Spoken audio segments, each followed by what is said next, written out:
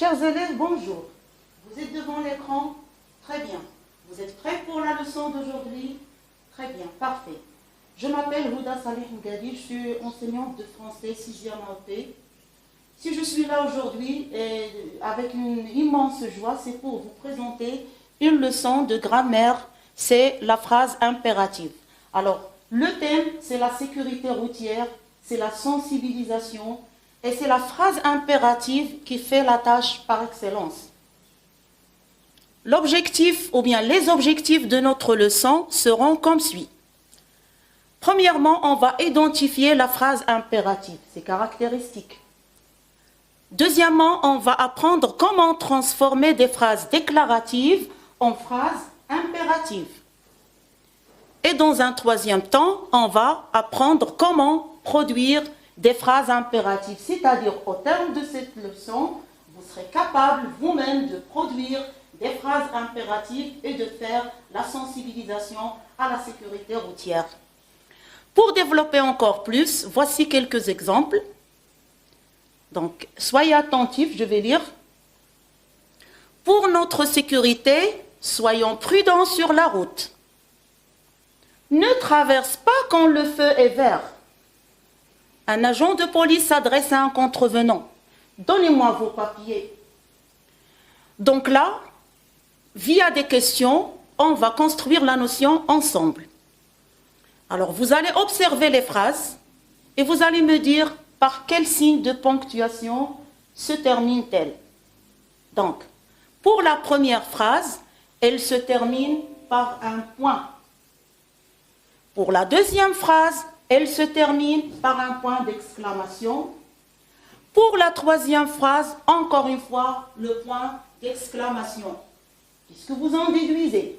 Que pour la phrase impérative, tantôt on trouve le point, tantôt on trouve le point d'exclamation. Donc, on ne doit pas nous baser sur le point ou bien le signe de ponctuation pour déterminer que la phrase est impérative ou non. Donc, on doit chercher une autre caractéristique.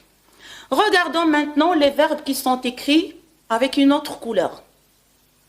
La question, sont-ils précédés d'un pronom personnel sujet? Vous avez trouvé la réponse? Bien sûr. Voyons le premier verbe. Pour notre sécurité, soyons. C'est le verbe être à l'impératif présent. Où est le pronom personnel nous? Vous le voyez? Non, moi non plus.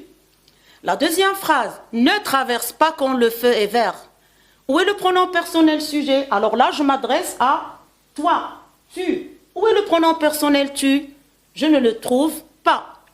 Un agent de police s'adresse à un contrevenant, donnez-moi vos papiers. Est-ce qu'on a un pronom personnel sujet? Bien sûr, non. Donc, deuxième caractéristique, l'absence des pronoms personnels sujets. Passons maintenant pour voir quels sont les pronoms personnels qu'on peut joindre à ces verbes-là. Première phrase, soyons, oui, c'est ça, nous, on dit nous soyons. La deuxième phrase, ne traverse pas, ou bien tu ne traverses pas, donc la deuxième personne du singulier. Et la troisième phrase, donnez-moi vos papiers, donc EZ, c'est le pronom personnel vous. Vous me donnez vos papiers, vous me donnez vos papiers. Donc la phrase impérative, on trouve le plus souvent un verbe conjugué avec les pronoms tu, nous et vous, bien sûr avec l'absence de ces pronoms. Maintenant, pour voir les valeurs de la phrase impérative, on va chercher ensemble à quoi sert chacune de ces phrases ou bien qu'est-ce qu'il exprime. Pour la première phrase, pour notre sécurité, soyons prudents sur la route. Alors, si tu demandes à quelqu'un d'être prudent sur la route, est-ce qu'il est censé d'obéir à ce que tu demandes ou bien d'exécuter ce que tu demandes? Ça lui revient bien sûr, c'est sa sécurité. Donc là, on donne un conseil. Donc, dans le premier cas, la phrase impérative exprime un conseil. Passons à la deuxième phrase. Ne traverse pas quand le feu est vert. Je donne un ordre, mais à la forme négative. Quand je donne un ordre à la forme négative, c'est bien l'interdiction. Donc, j'interdis à quelqu'un de faire quelque chose. Pour la troisième phrase, un agent de police s'adresse à un contrevenant. Donnez-moi vos papiers. Imaginez que quelqu'un a brûlé le feu vert, le feu rouge plutôt. Est-ce que, quand le policier ou bien l'agent de police va lui demander les papiers, est-ce qu'il peut refuser? Donc, il doit lui donner les papiers. C'est un ordre à exécuter.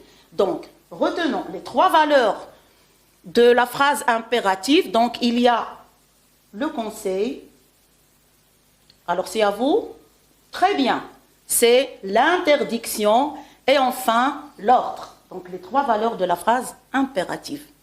Très bien. Maintenant, comment appelle-t-on ce type de phrase? Donc, tout le monde, sans un grand effort, vous allez me dire, c'est la phrase impérative. Très bien, c'est bien la phrase impérative. Maintenant, on a vu les caractéristiques de la phrase impérative. Alors, on va récapituler ensemble ce qu'on a vu jusqu'à maintenant. Donc, la phrase impérative sert à exprimer, comme on a dit, alors, un ordre, un conseil ou une interdiction, bien sûr, à la forme négative. La phrase impérative peut se terminer par un point, comme elle peut se terminer par un point d'exclamation. Et là, je vous signale et je vous conseille de ne pas confondre la phrase déclarative avec la phrase impérative, car les deux se terminent par le point. Et encore une fois, la phrase exclamative avec la phrase impérative, car les deux se terminent par le point d'exclamation. Dans ce cas-là, on doit chercher une astuce. Passons maintenant, après avoir eu une idée claire sur la leçon, on passe à l'action. Voici un petit entraînement. Soulignez les phrases impératives. La première phrase. Notre école a organisé une journée de sensibilisation à la sécurité routière. Dans cette phrase, celui qui parle, seulement il déclare, il annonce, il affirme. Donc, ni conseil, ni ordre, ni interdiction. Donc, il ne s'agit pas d'une phrase impérative. Du coup, on ne va pas souligner. La deuxième phrase, ne soyez pas irresponsables sur la route. Voilà un verbe, le verbe être conjugué à l'impératif présent. Voilà les mots de négation, donc il s'agit d'une interdiction. Et l'absence du sujet, donc toutes les caractéristiques m'aident à dire qu'il s'agit vraiment d'une phrase très bien impérative. On va la souligner. La troisième phrase, agissons ensemble contre la guerre sur les routes. Toujours, on a un verbe agissant, c'est le verbe agir du deuxième groupe, conjugué à l'impératif présent, l'absence du sujet, et là, il y a un conseil, donc on conseille les gens d'arrêter la guerre sur les routes, c'est la sensibilisation, donc c'est une phrase impérative à souligner, bien sûr. La quatrième phrase, mener une campagne de sensibilisation à la sécurité routière, paraît-il une bonne idée. Là, celui qui parle, il exprime son avis, il exprime son opinion, son avis personnel, donc c'est une bonne idée, donc ni ordre, ni interdiction, ni conseil. Du coup, il ne s'agit pas d'une phrase impérative, donc on ne va pas souligner. Très bien. Un autre entraînement, transforme en phrase impérative. En conduisant la voiture, tu mets ta ceinture de sécurité. Donc, pour transformer une phrase déclarative en phrase impérative, la première chose, donc, l'absence du sujet, du coup, je dois supprimer le sujet. Le pronom personnel sujet doit disparaître. Le verbe mettre ici, ça tombe bien, il se conjugue de la même façon à l'indicatif qu'à l'impératif. Donc, je ne dois pas changer le verbe, je le laisse tel qu'il est, seulement je supprime le pronom sujet et je retrouve en conduisant la voiture, mets ta ceinture de sécurité. La deuxième phrase, vous arrêtez les fusions sanguines sur la route, c'est-à-dire arrêtez de faire couler le sang sur les routes. Là, donc, vous arrêtez les fusions sanguines sur les routes. Première astuce, donc, le sujet doit disparaître. Je ne retrouve plus le pronom vous. Arrêter les fusions sanguines sur la route, le verbe arrêter encore une fois, ça tombe très bien.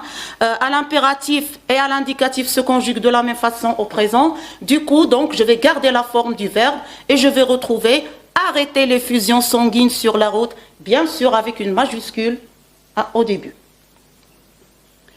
La troisième phrase, pour notre sécurité routière, nous ne roulerons pas vite. Seulement dans cette phrase, j'attire votre attention que le verbe est conjugué au futur. Est-ce qu'il y a un futur de l'impératif? Bien sûr que non. Donc, je dois changer le temps de conjugaison du verbe. Le futur va disparaître. Je vais dire, pour notre sécurité routière, ne roulons pas vite. Ne roulons pas vite. Donc, je conjugue le verbe à l'impératif présent, je supprime le sujet et je retrouve ma phrase impérative ainsi. Très bien. Maintenant, vous avez compris comment ça se passe. Vous allez produire, vous, une phrase impérative, mais en passant par une petite situation. Voilà la situation. Face à un contrevenant qui a brûlé le feu rouge, contrevenant, c'est quelqu'un qui n'a pas respecté le code. Qu'est-ce que vous pouvez lui dire, mais en utilisant une phrase impérative? Vous avez trouvé la phrase? Donc, il y a beaucoup d'exemples. On va donner un exemple. Tout simplement, ne brûlez pas le feu rouge. Et c'est à vous de trouver d'autres phrases. La leçon est terminée. Je vous remercie et on se reverra encore une fois.